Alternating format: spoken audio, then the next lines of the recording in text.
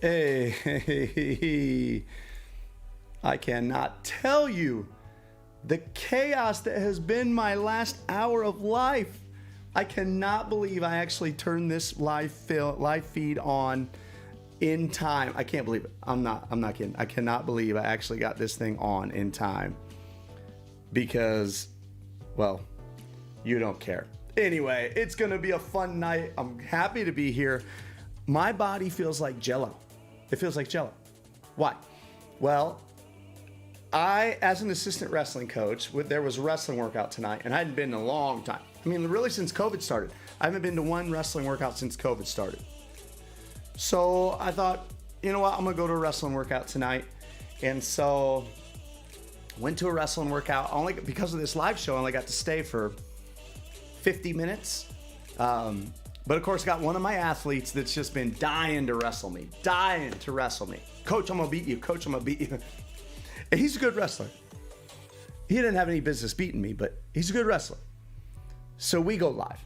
Well, after about 20 seconds, my body it's shot, right? Again, I haven't touched a mat since COVID. And I could just feel like every muscle in my body was weak. And I'm out of gas in 20 seconds. I had no choice. I couldn't do anything. I just had to sit there and give up the takedown. So he's got the belt now. And of course, the first thing that comes to my mind is, hey, I thought conditioning wasn't a thing. That's what I wanted to find all you football coaches to say, hey, you told me conditioning wasn't a thing. And I couldn't even wrestle for 30 seconds. Again, the kid's good, but I was in deep on the shot. I should have just finished the shot. I had no gas left. I couldn't finish the shot. Guys, what's going on here? Quiroga in the house. What's up? Welcome. Coach Campos in the house. How are you, Coach? Glad to have you. Thanks for checking in on us. Talking a little power T tonight. That always cuts guys down. Like, hey, I'm not a power T guy. What do I have? Listen, we're just going to hang out. We talk power T for like the last 10 minutes. We're going to hang out, talk a little ball. Tell me, where do you guys fall in the conditioning piece? Quiroga, Campos. Is it worthless or is it worthwhile? Tell me, because I feel like the push is going towards, why are you conditioning? Thomason in the house. Thomason, give me your opinion. Everybody tells me that why are you conditioning? But I'm telling you, after 30 seconds on a wrestling mat, I felt I had nothing. And I thought of all my football coaching buddies. And I said, hey, you guys told me conditioning wasn't important. Now, yes, of course, I'm pimping these guys. I know. They don't say conditioning not important. Or do they? Do they say that, or am I blowing this out of proportion? I always get myself in trouble with this conditioning thing. I get called old and stodgy, and maybe I'm all those things. But I'm not even trusting my brain here. I'm just trusting my body. I'm telling you what I felt, which was Jello. Jason Eddings in the house. What's up, Coach Eddings? Thanks for being here. Guys, give us a thumbs up if you get a chance. And if you could, go share this over on Twitter. Let the guys know that we are live. We're hanging out with Coach Matt Giarmo tonight and Kyle McElvany. And we're going to talk a little power T, but we'll talk just coaching. We'll talk life. I got a fun night of trivia ahead of us. I got some good questions for you. If you are tied for the lead after 5 questions of trivia, your name goes on the wheel. You can see those guys are on the wheel already. Eddings, Johnson, Hughes, Reitz, Weiland, Yake, and Thomason. Hey, if you win again, you just get your name on the wheel twice and double your odds of winning. $50 cash thanks to the Coach Pad. That's our sponsor for the week. No matter if you draw scout cards by hand or use a program on your computer, the Coach Pad will give you back time by never stuffing a binder again before heading out to practice. The first 13 and a third inch electronic device allowing coaches to clearly display scout cards outdoors in the sun has been a game changer for programs this past fall. Had Coach Kazar on last night, it's impressive. I'm not a head coach right now, so I don't have the power to purchase. But I'm telling you, it's pretty awesome. Coach Campos says, we do football movement stations. We call it 4 quarters, 2 minutes at a time, each station. It's a bear. So how you feel about that, Campos? You're saying, yes, conditioning is important. We do conditioning and competitive drills. Interval running doesn't work anymore. So circuits and competitive drills. Let's get Giarmo in here. Now, hopefully McElvany's going to join us too. Oh, here we go. Aliosi is texting me. Hey, come join us live on YouTube. All right, fellas, I'm about to meet Coach Giarmo for the first time. Coach, how do I say your name? Am I saying it right or wrong? Yeah, Giarmo doesn't matter. Coach Giarmo. Well, I got to switch my screens real quick so all of our guests can see you. Okay. Well, welcome, Coach. And I know you kind of got hooked up here from Coach McElvany. Yes. And Coach McElvany had like some major knee injury today. Yeah. But I have sent him the link, so I'm hoping he's going to hop on. Right now, Coach, I don't know if you heard, I just came from wrestling practice. Okay. I haven't been on the wrestling mat since COVID. And in 30 seconds, I mean, jello. Every part of my body felt like jello after 30 seconds of going. And it brought me back to our big conditioning debate. How much do you guys condition in practice? Really just depends on the time of the year. I'd say probably early in the year, a little bit more than the end of the year, but it just depends on if you're in playoffs, if you're, if you're low on guys. We tend to take Monday as our kind of recovery day. We're only on the field for about an hour. So we'll lift, we'll watch film, and that's about it on Mondays. The rest of the week, if we get it in, we get in. If we don't, it's not a big deal all the time. But I'd say more towards the beginning of the year. Now, this year was a different case because we only played 4 games due to coronavirus, and we got shut down in the middle of the year. So we kind of had to get ourselves back into shape once we came back week 9. And, it was a little different this year. But most years, you load up in the beginning, and as you get through the rest of the year, your conditioning should be during practice if you're moving fast enough and you're doing the right things. So. Well, Coach, glad you're here. And I don't know if you are familiar with what we do, but we just go live for 30 minutes. We hang out. We get to know you a little bit. We play a game of trivia, okay, which takes about 5 minutes. And the guys compete for cash money, baby, cash money. And then we talk a little football after trivia. Okay. So this was, you being our guest was really set up by Kyle McElvany. We know all I know is that you are a Power T guy, but Coach, I don't even know where you're from. Tell us where you're from and your title. Yeah, so I'm originally from Grand Rapids, Michigan. I made my way over to the the east side of the state about 2 or 3 years ago, coaching at Gibraltar Carlson.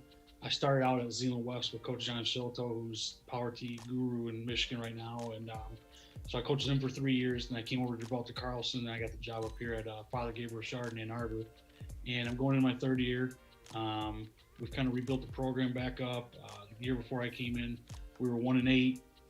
The first year I was there, we went 5-4. We made the playoffs, lost the first round, but then last year we were 2-2 in the 4-game season we had. So I've learned from the best in the state, and I continue to grow as a coach. I mean, Kyle's one of my good buddies, and he played for my uncle in high school as well. So. Good family friend, and he's a guy who's always trying to help me out, further my career. And Kyle's a good coach, and unfortunately ended a certain way in his last school, but he's gonna get another chance to be a head coach. He's a great guy. So. Wait, so what's your title at your school right now? Head football coach, and then I teach PE. Oh, you are the head football coach there. Yep. And hey, shoot Kyle a text and ask him if he's coming to join us. I will. Because he texted me, he emailed me, and I sent him the link. And I don't see him, so I want to make sure I'm not screwing something up. Guys over in the chat, thanks so much for checking in. Super happy to have you. We're going to play a little trivia here in about 5 minutes. I'm having a ton of fun with the trivia. I don't know how you guys feel about it, if it's a waste of time.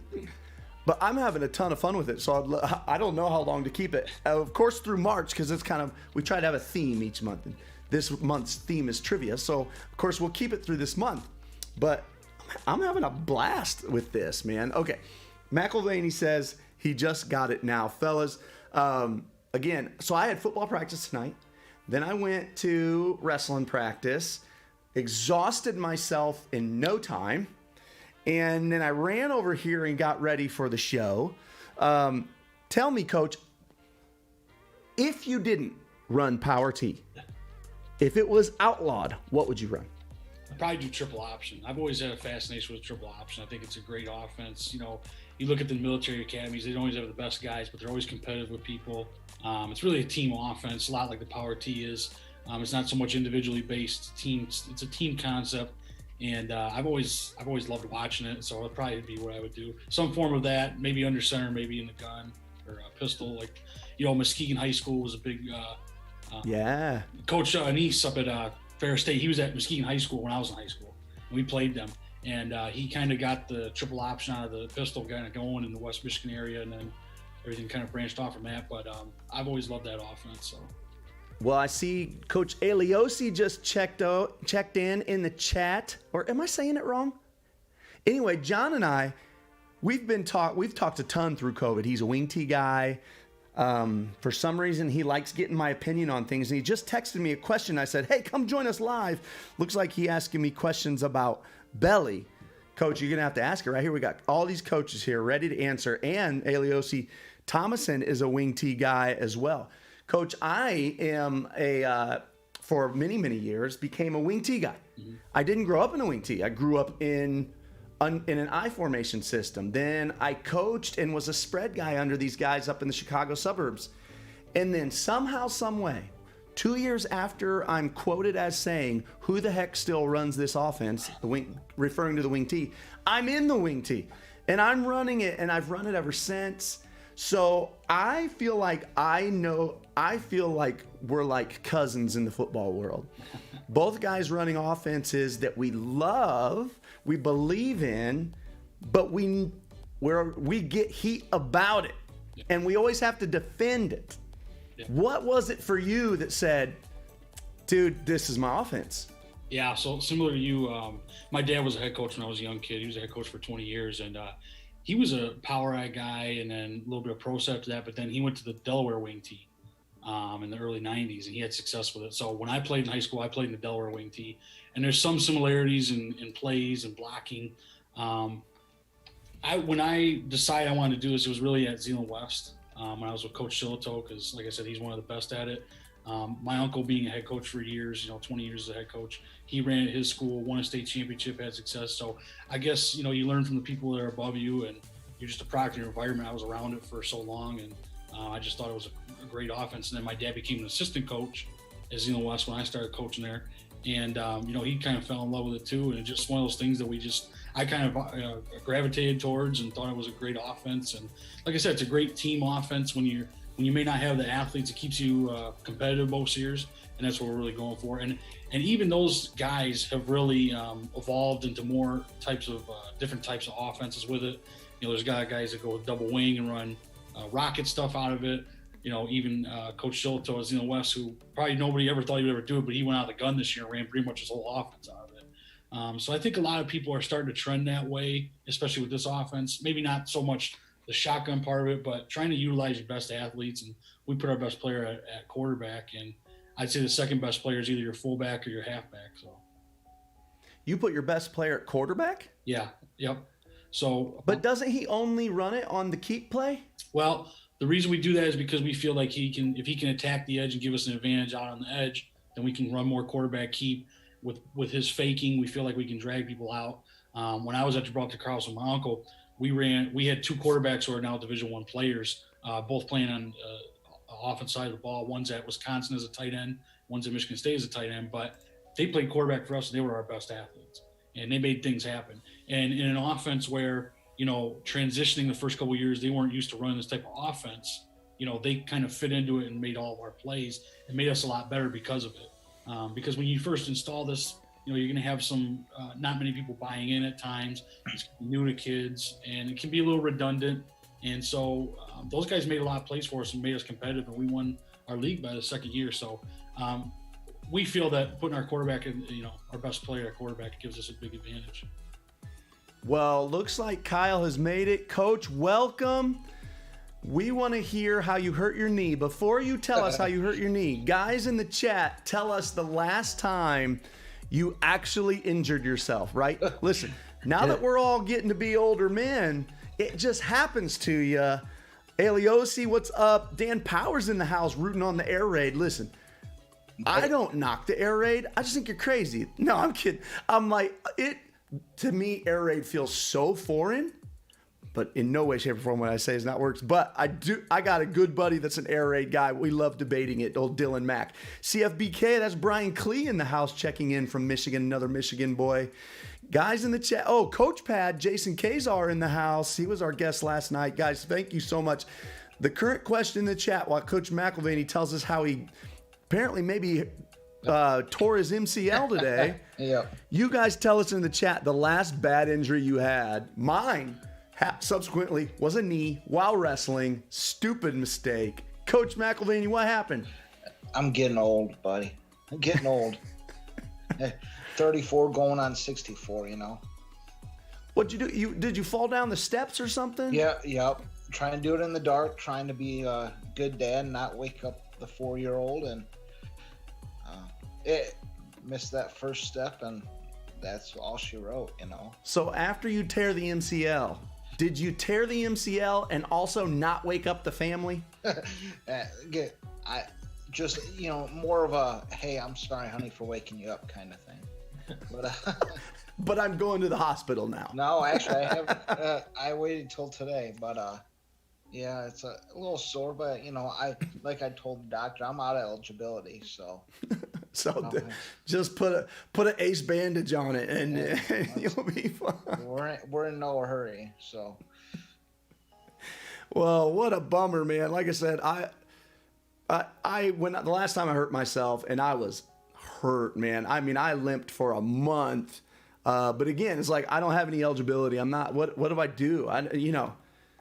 We can get surgery on it. I'm like, listen, I'll go slow for a while. It's a bummer, but Thomason had back surgery. Dan Powers says, I ran Wing T for 10 years. Powers, tell us where you're from. I don't know if you've checked in before, but let us know where you're watching from. Chris Merrill in the house. Chris, where are you watching from? Sprained a wrist on an obstacle in Tough Mudder. Oh, you did Tough Mudder. Listen, I ain't doing no Tough Mudder. Just tonight after wrestling, I was sitting here thinking, do I really want to get in shape? This is painful. All right, well, McElvany and Giarmo, we're going to play some trivia right now. All right. And we usually chat about the question, but you guys can't answer, okay? Only the guys in the chat can answer, but we'll chat about the question, have some fun. Over in the chat, Southgate, Michigan, Chris Merrill. Yep. Or maybe it's Morel. Right? Dearborn Advanced Tech. Okay. You know Chris. Yeah. Well, we're going to play some trivia, and just all you got to do, first person to type the answer into the chat gets their name on the scoreboard. If you're tied for the lead at the end of 5 questions, your name goes on the wheel for Thursday night, which is today Wednesday? Yes. Your name goes on the wheel tomorrow night, and once your name's on the wheel, we spin the wheel one time, winner gets $50. Compliments of the Coach Pad, our sponsor. Let's go play some trivia, boys. Here we go. First question. These questions are all over the place. In the 1997 film Titanic, what was the name of the necklace that Rose drops into the ocean? Now, don't give it away, fellas, but are you like me and you're like really secretly a big-time Titanic fan?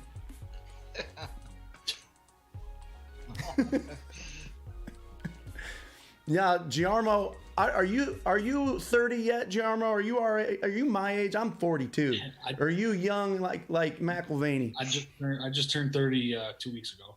So Titanic's probably before your time. Oh, no, my mom watches all the time. Don't worry. Heart of the Ocean. Chris has got it right off the bat. That is right. Let's go. I got to go to my slideshow. Make sure we see the Heart of the Ocean. I'm not going to lie, though. In the movie, when she just goes, oh, and jumps it in the ocean, I'm like, what? Right. That thing's worth millions. Just get it to your daughter or something. Nope. She dumps it in the ocean. Scoreboard. Here we go. Scoreboard. Merrill or Morel? Let me know which. Do you know which one it is, McElvany? I think it wasn't like the Hope Diamond, Heart of the Ocean Diamond. Oh yeah. It is Heart of the Ocean. Right. Here we go. Question number 2, men.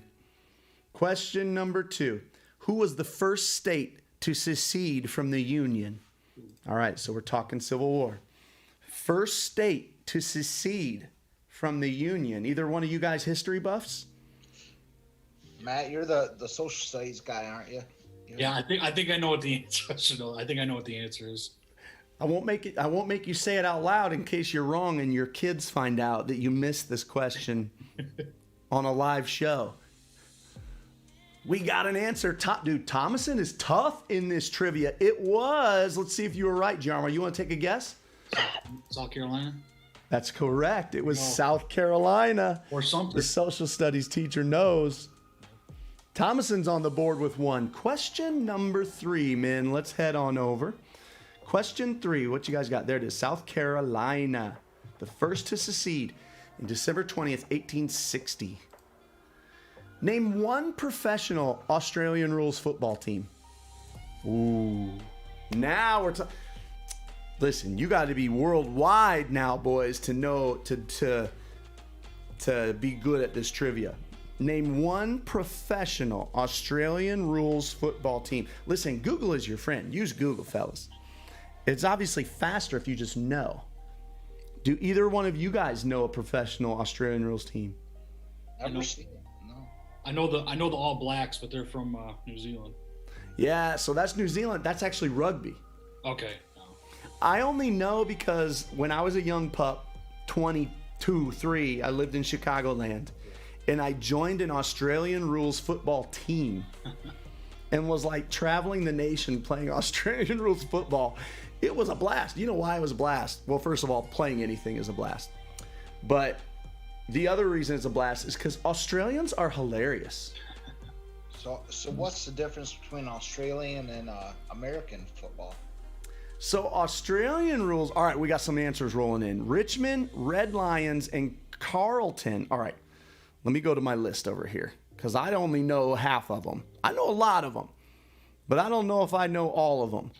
Richmond, we got a first answer. Richmond Tigers, that's right. Nice job, Quiroga. Coach Q, you're on the board. Let me go enter that in. Now, this is the hard one to spell. Quiroga. Quiroga. So Australian rules is similar to rugby, except you can forward pass it, right? So rugby has to be a backwards pass. Australian rules, you can forward pass it, but you have to bump it like this, a bump. And then you can also kick it to each other. And if you kick it and they catch it over 10 meters, right? We're talking foreigners' language. You catch it over 10 meters, you get a free kick from that spot, right? And so the way you score is by actually kicking it through the uprights. So there's no like try or touchdown area. It's just you got to kick it through the uprights for points. So it's actually a very fun game, in my opinion. Slightly more fun than rugby. All right, question number 4. I had a blast playing it. Of course, like I said, I was a young pup. How many time zones does Russia have? Now, see, we asked last night, how many time zones does China have? Do you guys know that one? That was last night's question. China? I'm going to say 6. No. China has 1 time zone. Isn't that bizarre? Yeah. Really? I can't imagine. Like, if you think, like, even now, if you're on the West Coast and we were on 1 time, let's say everybody's on Eastern time, that means the sun is coming up at what, like 9 a.m. for you, right? Or 10 a.m. for you. That's when the sun's coming up. Yeah. Yep. That would be pretty bizarre. Merrill says 6. That is not correct. Guys, you better hit Google on this one. How many time zones is there? It is. Thomason on the board. It's 11. 11 time zones. Meanwhile, China has 1. All right, Thomason's on the board with 2. Last question, men. Here we go. Then we're going to start talking some Power T. 5th and final question. Name one of the famed purple people eaters. The purple people eaters, baby. Back from, what was that? Probably Super Bowl 3 when they got beat by the Chiefs. Super Bowl 4. 3 or 4? 4, you're right, 4, because 3 was Jets Colts. Then you Super went Bowl back 4. 3 times after that. Yes, dude, the purple people eaters. First of all, I love it because one of them wears number 81. Yeah. Let's see who's going to be the first to name one of the purple people eaters. When this question came up, I could only name one off the top of my head. And then when I saw the list, I'm like, oh, yeah. But I could only name one. Do either of you guys think you could name one? I can name two. That one. Hey, he's got one. He's got two. All right, we got an answer. Larson, he says, that's right. You got it. There's our guys right here. We got Alan Page, Carl Eller, Jim Marshall, and Gary Larson. That was their defensive line of the Vikings that took on the name Purple People Eaters. Merrill, dude, you're on the board with 2, and you tie with Thomason. Therefore, for tomorrow night, Thomason's name's going on the wheel. Merrill's name's going on the wheel, and we will spin for $50 cash. You don't have to be here. It'd be great if you were here, but you don't have to be. We will get a hold of you if you happen to win. And all that prize compliments of the Coach Pad. So thank you, Coach Pad, for sponsoring. Make sure you click the link below and check out what Coach Pad is all about, because I think it's pretty fantastic. Fellas, we are now ready to talk Power T. Okay, so we already talked why Power T with Coach Giarmo. Now let's talk some trap. Is trap in Power T as important? In my opinion, like I don't want to live without trap in my wing tee. And I actually run into a lot of wing tee guys that are like, you know what, we're gonna go without it, or and for me it's like, no, I gotta have it. Is trap the same way with Power T? Yes.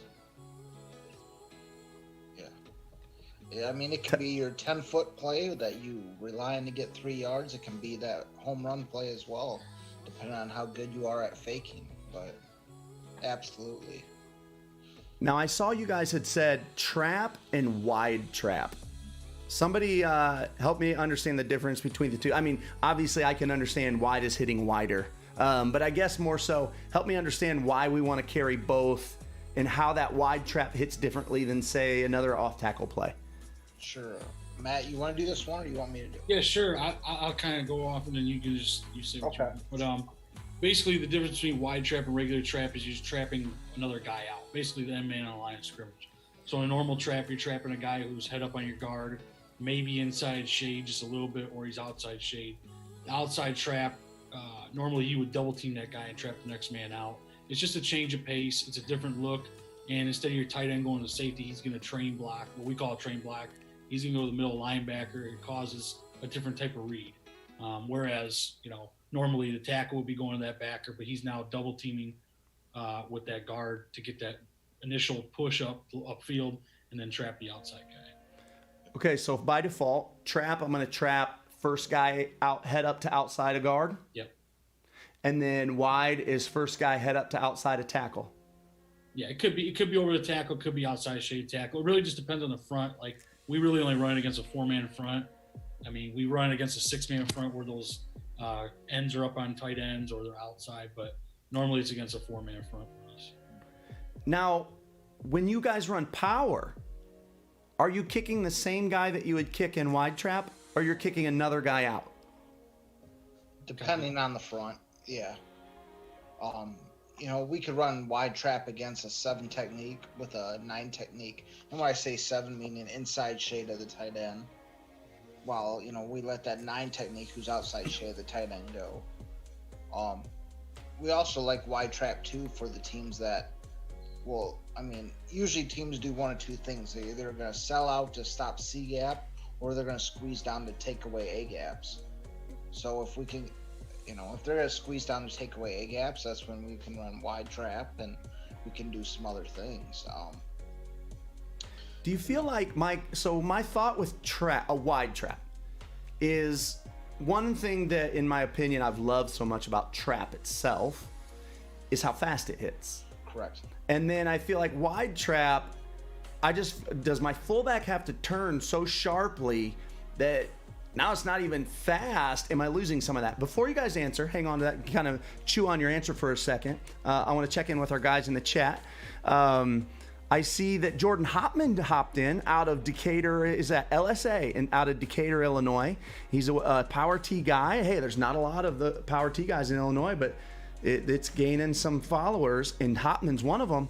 And his team's going 8-man this year. Hopman, I can't wait to see how you're going to use it in the 8-man game. And actually, I'm thinking about attending your first game, Coach Hopman. So I don't know if you'll let me on the sidelines get some good pictures and footage, but I'm anxious to see. So Hopman, let us know what you're thinking with the 8-man game. And Thomason just kind of, he's jumping on the train with Trap, saying, hey, who's running the wing tee with no trap? Who would do such a thing? Okay, guys, what's your thought there? How do you fight that being too slow? So there's two things. First off, with inside trap, I was always taught you want inside trap, the fullback to break the line of scrimmage in 0.98 seconds or less. I mean, it is a quick hitting, get 3.3 or 10 feet, whatever you want to call it, yards. Well, wide trap, he's going to take that handoff and he's almost going to slide step and hug the wall a little bit. It really does turn into an off tackle almost play on wide trap. I mean, Coach Giarmo, he worked for one of the best coaches in the state of Michigan when it comes to power T, and John Shillito at Zeeland West, so he could probably give you a little bit more insight. But yeah, I mean, going off that, we teach our fullback, once he gets the handoff, get to at least the line of scrimmage, and then you can almost call it a jump cut if you really want to, but more of a sidestep. That way he stays tight to that wall. Like I said, the action all looks the same in the backfield as regular trap. It's just hitting a little bit wider. You're just taking advantage of a different angle, like I said, for your tight end to block, as opposed to your tackle blocking that guy. So it's just taking advantage of that. So it's not it's not new footwork for the quarterback or the rest of the backs. It's just that fullback that's got to cut it wider. Just the fullback. That's really the beauty of this offense is between trap, lead, keep, or if you want to call it lead power, whatever some people want to call it, and wide trap. It's all the same. It's all the same footwork. It's all the same action to the defense. So, I mean, it's kind of your own. It's almost a unique version of an option because you got to defend A, C, sometimes B gap, and you got to defend the perimeter as well. So I want to touch on something real fast that you said that I want to ask a little bit more about. I love that you said trap should be hitting in 0.98 seconds. And it just reminds me, we had a guy on the online clinic a year ago. He's a local Illinois guy, and their team is just famous for being incredibly good at buck sweep. I mean, they're a wing tee team, but they probably run buck sweep, that play, better than anyone I've seen. And when I heard him speak for Chief Pixie on the online clinic, he started talking about this concept of timing it. Like, our back should be at the hole in this amount of time. And, like, it was fast, right? Whereas most buck sweep teams I had talked to were like, hey, we want to go lateral and then cut and go north-south. So it was this timing piece. So I want to ask you guys, are there other plays in the system that you're timing, and what times are you shooting for? And then I want to ask you guys in the chat, do any of you guys use that concept? Like, we want to be at the hole on our blank play in this amount of time. Very curious to know what other offenses out there, other guys are using that concept of timing it. What do you guys think? Do you use that timing idea in other parts of your offense? Go ahead, Matthew. You go ahead first. Yeah, I mean, we don't necessarily time it. We have more like landmarks. So especially on our footwork with our quarterbacks on trap, our trap play builds off into other plays, or off tackle on our quarterback keep. And what we do is, his first step is across the midline, both feet facing, the back. And the midline is always for the fullback. By the time he takes his second step, the ball should be out. So that's kind of like our landmark or our point reference, right? We're not necessarily timing it, but as soon as he takes 1, 2, and that ball's up and out. Okay. And, and to add to that, so, I said wide trap and 0.98. I'm sorry, inside trap. There's a couple other plays just off the top of my head without looking at my notes. Dive has always been a play. So think of, we would run dive really, which is fullback trap, the backfield action, everything's the same except we don't pull guard or base block in it, and we expect that to hit in about 0.87, 0.9 Um, we also have we really have a stopwatch for a lot of our plays. Leads the other one we expect to hit quickly. Um, but that's all for the fact of even if we don't have the best offensive line, it's all comes down to this. And I learned this from Mike Vickers, who's now a retired coach in Ohio. But get 10 feet. If you can hit your marks on the stopwatch, you should be able to get your 10 feet. And there's some plays like you mentioned, buck sweep. I do know of coaches that, they have that on the stopwatch as well. And but really for me, it was always those fullback plays because it was, just direct handoff. There wasn't a lot of frills to it. Keep would be a play, or our quarterback keep play would be really hard to put on a stopwatch because it is much more slow and deliberate and based on deception. Toss, I suppose you could, but what it comes down to is and you learn to adjust as a coach is every kid is a little bit different, and the defense makes a little bit of difference, the formation makes a little bit of difference, but there's certain plays that you'll put on the stopwatch in preseason in June and July and August, and you'll develop that time range. But especially that .98 for trap has been pretty constant for me throughout my career. That's held true, and kids get competitive about it. And I like that. Hey, if I can hit that trap in less than 1 second, I'm getting 3 yards. Regardless of whether we forget to pull, regardless of who's on the other side, we're getting 3. So, well, we're already over our time, but I'm going to squeeze in 2 more questions, fellas. It goes super fast, I know. But we're going to be back on tomorrow night, talk a little bit more Power T. But I'm going to squeeze in 2 more questions in. If there's anybody in the chat that want to throw a question in, you're more than welcome to. We're not going to rush out of here or anything, but I do want to try to keep it short and sweet. Okay, here's my question. So in the wing tee world, and I'm sorry I keep referring to that, it's just kind of that's the world I live in.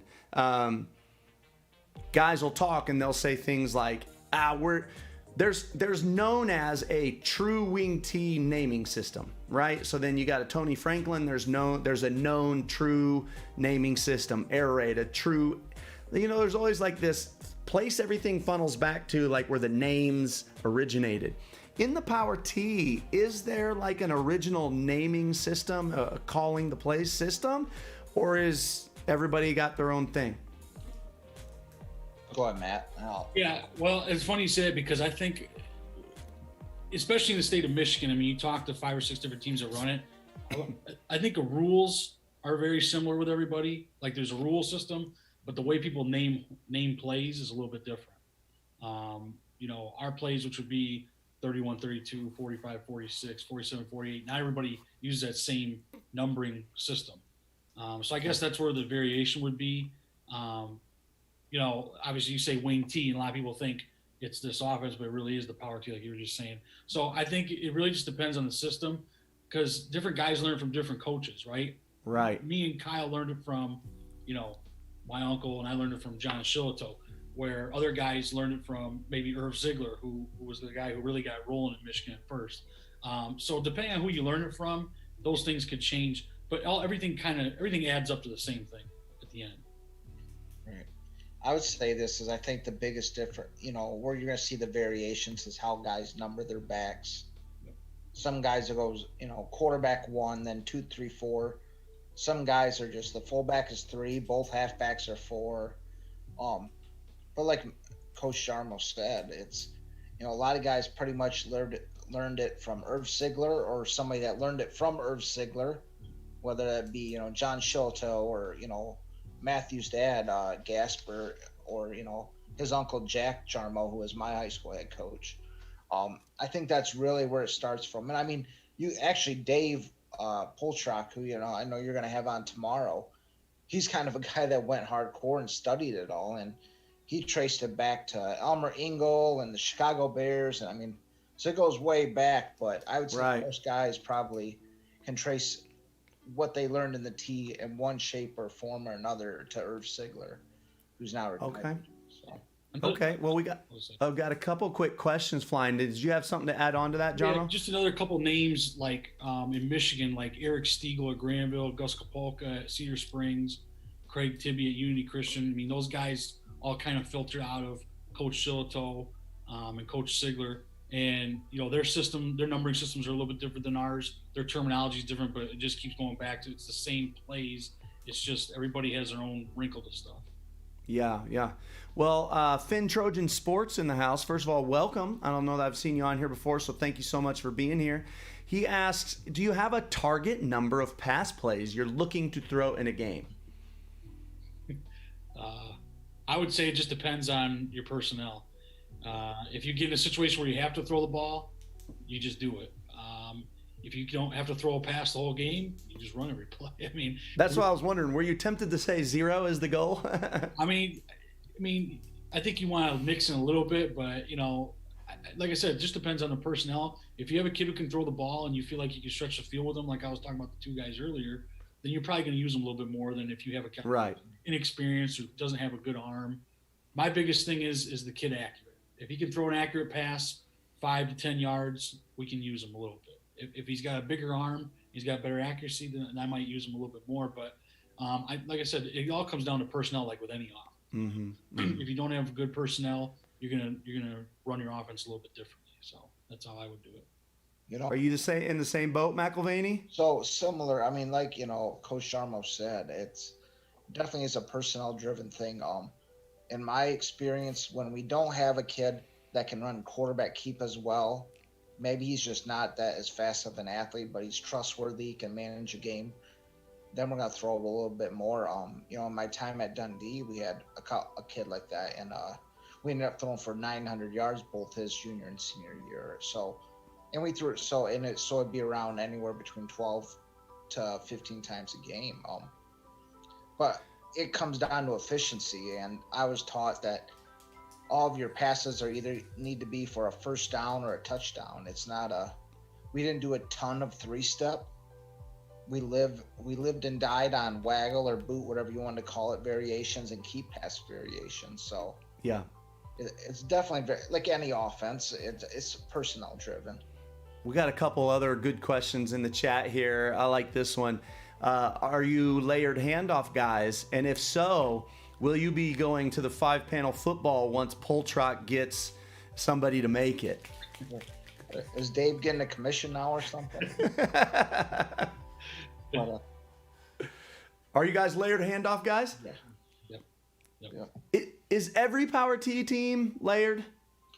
I would think so, yeah. The best ones we've seen in Michigan are, yeah. Do you ever wonder why more offenses haven't adopted that? Because it is nasty. Like, it is very deceptive. I think the hard part for a lot of offenses is how do you transition it to other plays? I mean, within our trap lead keep series, it all looks alike. I think putting other plays in, whether a common play that a lot of T teams put in is at midline, and that's not as easy to do from the layered handoff. Okay. Takes a lot of reps, but it's one of those things where if you like anything, if you believe in it, you're gonna do it, and you're gonna live and die with it. If not, so be it. Another question came in. Do you use the full 40 seconds on the play clock? So do you guys like to go slow, or will you use tempo? Slow to get. Depends who you're playing too. I think that's a big thing. If you're if you're playing a team where you're trying to limit possessions, you're going to sit on the ball as much as possible. And part of our offense, and I don't know, I'm sure Kyle did this a lot of times, the quarterback's coming back and forth to the sideline to get the play call. So as much time as you can waste and keep other people off the field, especially if there's if they have a good offense or you're just not moving the ball well, you're going to use all the play clock. I mean, there's other times where, you're down in the game or you want to get a possession or a touchdown right before the end of the half, you're going to speed it up a little bit if you have to. If you got to go 2-minute offense, doesn't mean you can't run a 2-minute offense. It's just you don't prefer to if you don't have to. Yeah, I definitely agree. It comes down. I mean, yes, Coach Giarmo nailed it. The quarterback's coming to and from the sideline, so that takes up some time. But in an ideal world, an 8-minute drive is a good thing for us. Yeah. I mean, if we can get away with having 6 to 7 drives total on a night, then we're probably in good shape. Right. Well, Jordan Hopman, I was going to ask you if you're using the layered handoff. Very curious to know. And also wanted to know, Hopman, did you run Power T last year? I was thinking about that just the other day. Okay, last question I'm going to squeeze in here, fellas, and then we're going to have to sign off. Formations. One formation, or do you like to mix it up? Go ahead, Matt. I think it depends where your program's at that time. Coming into a new program, if you're teaching brand new stuff, it's hard to throw in those extra formations unless it's something that you really want to use. And obviously variation depends on who you're working with. I know I keep coming back to that, but it really does make a difference. If you're working with kids who've never run this offense before, starting with the basis and spreading out from that, I think that makes a big difference. If you've got kids who are smart and can think and can adjust on the fly, if you want to maybe go with a little tempo at some point and maybe not, slow it down, you can probably throw those things in and change things up.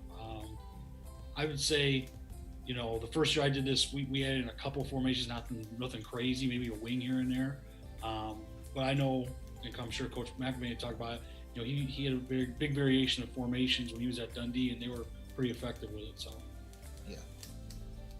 So I learned this from Coach Giarmo's uncle, Jack. I said, there's two ways of adjusting in a game. You either adjust by formation, or you adjust by blocking scheme.